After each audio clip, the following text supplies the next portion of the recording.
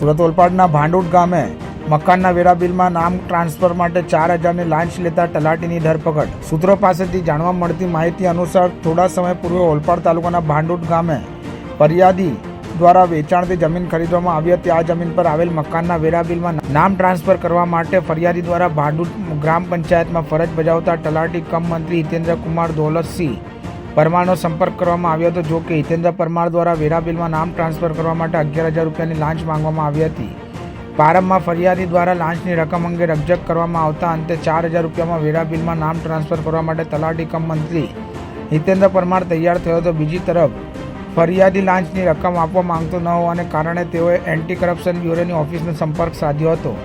એસીબીની ટીમે લાંચિયા તલાટી કમ મંત્રી હિતેન્દ્ર પરમારને રંગે હાથ ઝડપી પાડવા માટે છટકું ગોઠવ્યું હતું અને જેના ભાગરૂપે આજે સવારે ભાંડુડ ગામ પંચાયતની ઓફિસમાં તલાટી કમ મંત્રી ફરિયાદી પાસેથી 4,000 રૂપિયાની લાંચ લેતા રંગે હાથ ઝડપાઈ ગયો હતો।